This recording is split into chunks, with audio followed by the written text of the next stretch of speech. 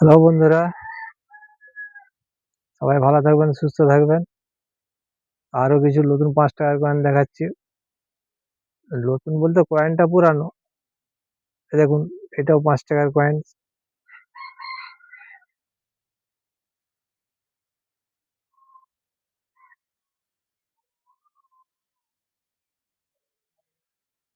এটাও ৳৫ কয়েন।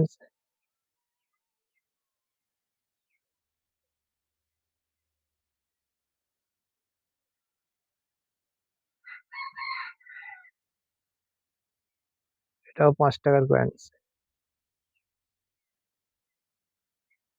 ৩ টে কয়েনস আছে, একই কয়েন।